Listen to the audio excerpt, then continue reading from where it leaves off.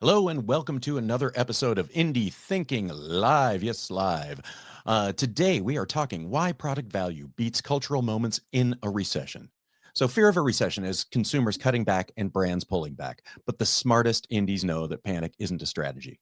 When budgets tighten, research shows that B2B organizations maintaining or increasing marketing budgets during the recession had significantly higher sales during and after.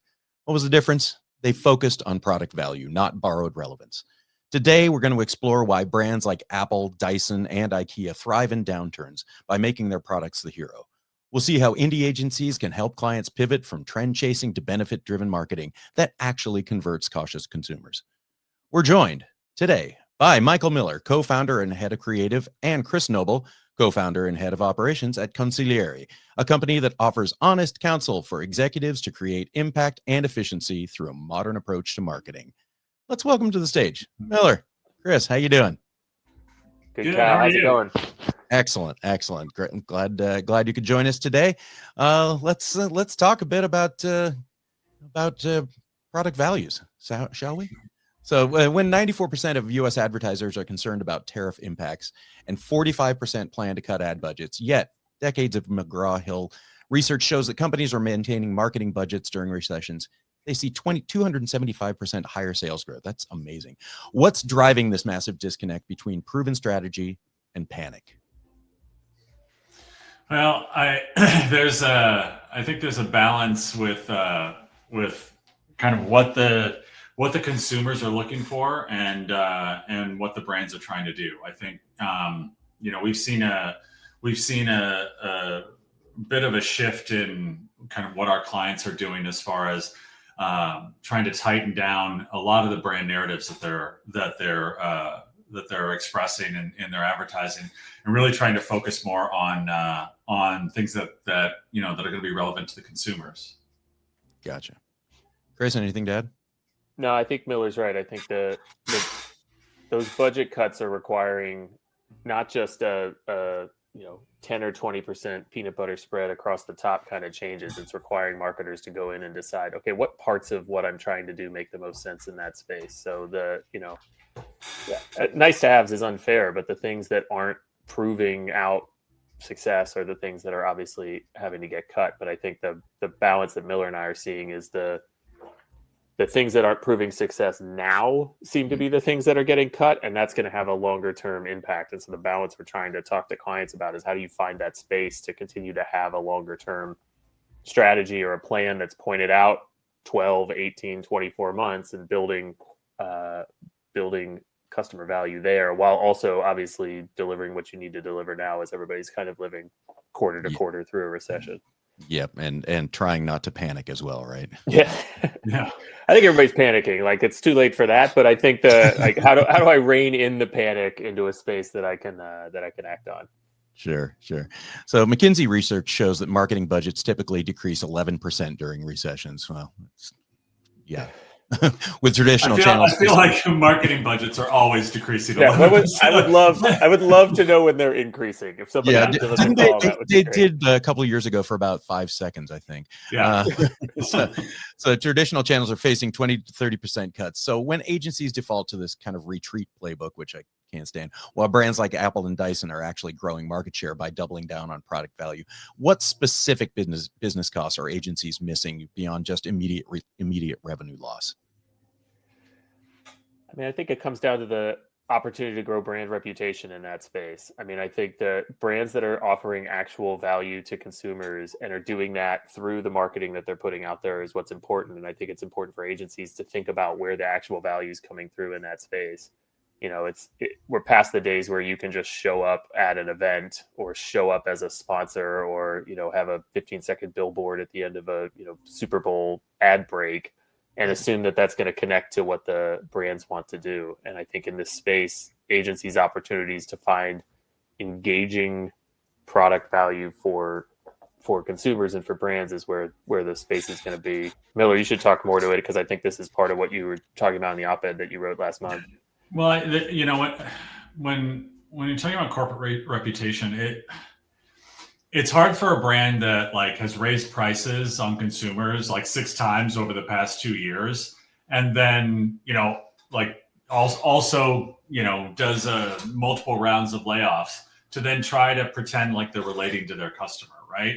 Like that's a difficult task. I think marketers can do kind of the hard work that needs to be done from a marketing standpoint, but the brand and the brands have to do the hard work from a like, are our corporate values matching up with what's happening in with consumers' lives? Are we relating to our consumer not just with our marketing, but with the way we behave?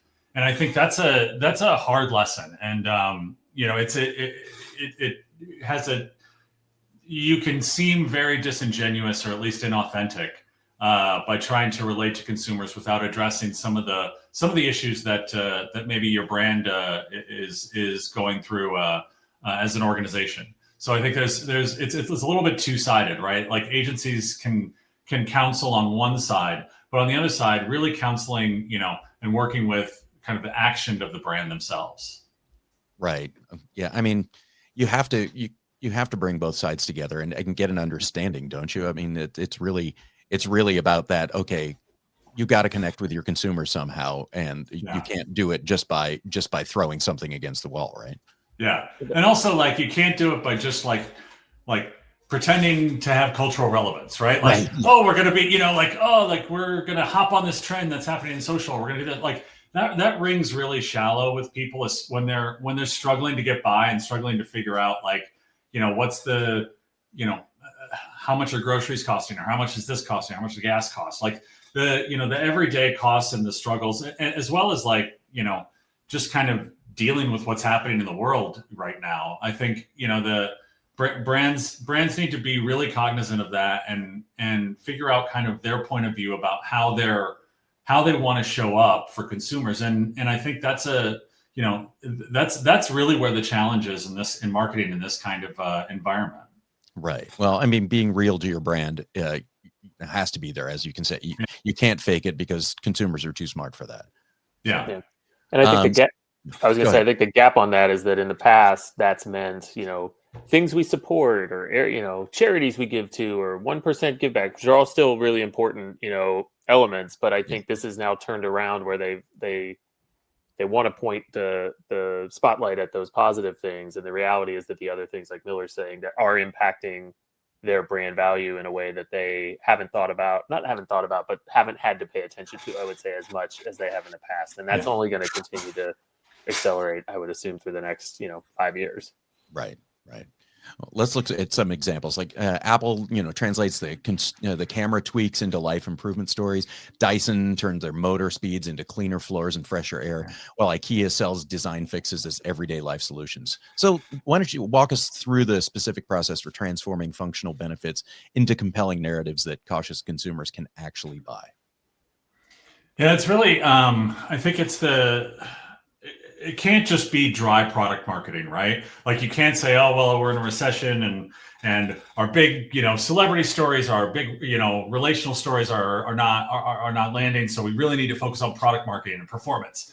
And I think that it has to be a little bit more than that, because, the brands that do this well, that you just mentioned, they're not just connecting with the practicality of the product, but it's a deep understanding of the product benefit to the consumer. What is the small thing, the nuanced thing that really makes a difference, that can either provide me with, some kind of easier life or some kind of joy or solace from that product? And I think it's, really having that understanding of what those things are that make the product special, and doing it in such a way that you can relate those elements with some level of emotion.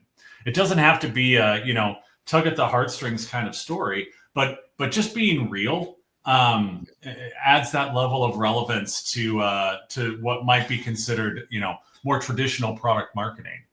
Yeah, our Google client calls it turning features into feelings, and I love that framing around it and figuring out how to take that raw product piece, because it's not quite, Apple almost invented this when they invented the iPhone, where they would just show, UIs of the screen and people tapping on things. It's like, ooh, the internet works on my phone. It's but I mean, that invented that is a feature into a feeling. Holy crap, I don't have to learn whatever XML or whatever the hell it was 20 years ago. But it's like, I have the concept of that continues. And I think pushing into a space where you're making, like Miller was saying, an emotional connection to how the element of the product makes sense in my life is important. It's not just all about the brand's element around that, but you've got to have some kind of tangible reason to believe that points back to what's in the product that makes that benefit real. Yeah, the wow factor just isn't going to cut it anymore. It has to be the practicality of it. There's some, I mean, look, there's brands out there that can get around that, but I think in certainly categories where things cost $100, $200, $500, you can't just get by on we're a cool brand and let's be cool. Like I think those days are going to be tougher.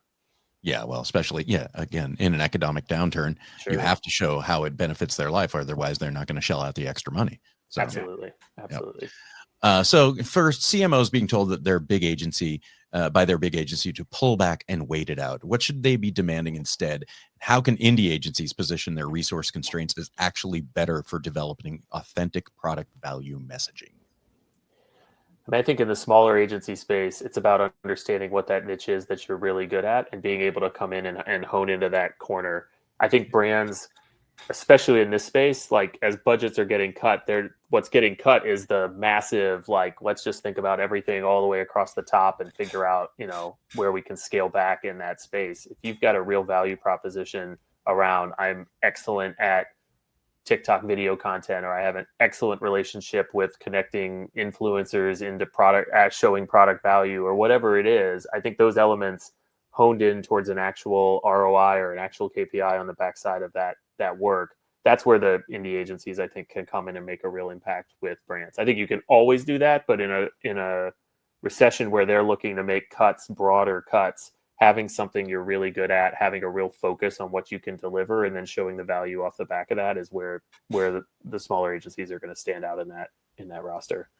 Yeah, I'd pile on to that, just the idea of like constantly iterating, constantly optimizing the work, doing as much content as you can for the budget, and budgets go a long way now with content, with the way content can be created.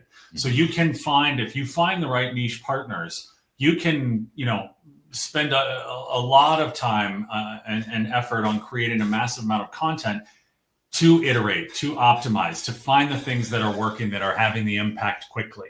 Because I think it's that balance of like, we've got to plan for the long term, but the downward pressure is on what are we doing this quarter? How are we making an impact this quarter? What is and what are we going to do next quarter? What do we learn from this quarter that we're going to apply to next quarter? It's really been a push on speed to market and immediacy. And I think that idea of constantly iterating on content and efforts is really important.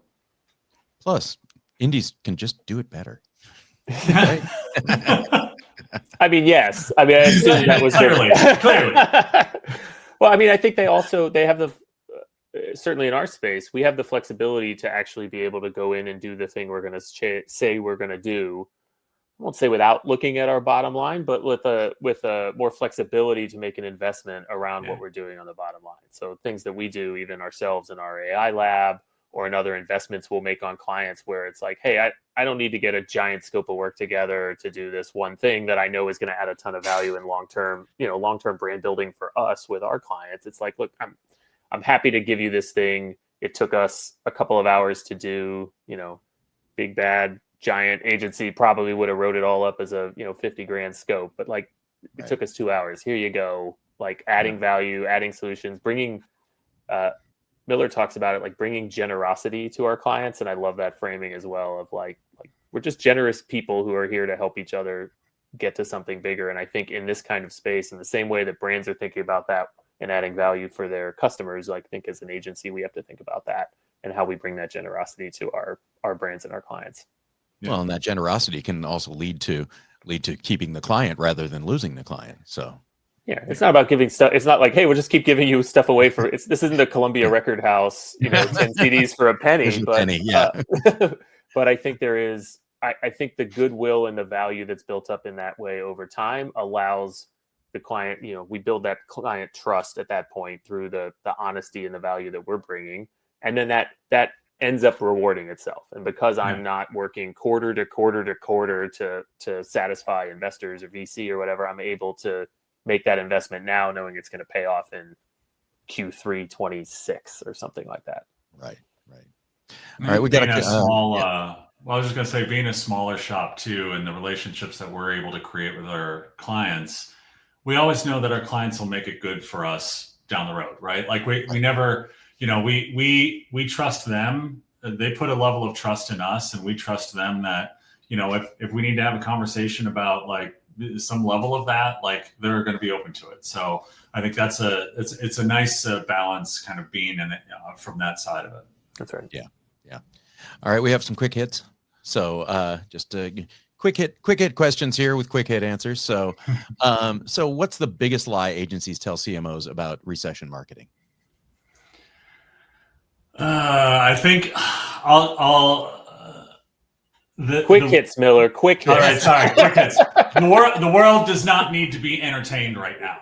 Like, you don't need to be entertaining. Like, that's not like we don't have to go create some kind of crazy entertaining experience. Being practical and being relevant is a little bit more appropriate for what we're doing right now. Clarity and showing a little bit of care. Gotcha, Chris.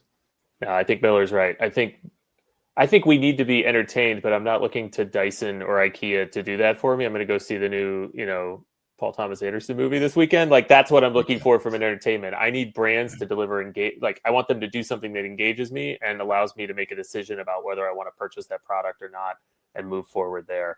And I think their level of, I think the other thing is that inside brands a lot, it has to always be, everything's growing, we're doing better, everything's gonna be okay. Like, I don't think that's the reality in the world. So like a little bit of the, leave the building, go out to lunch, kind of look around and bring a reality to that space versus a, fake sense of optimism or something to the world, I think is really important right now.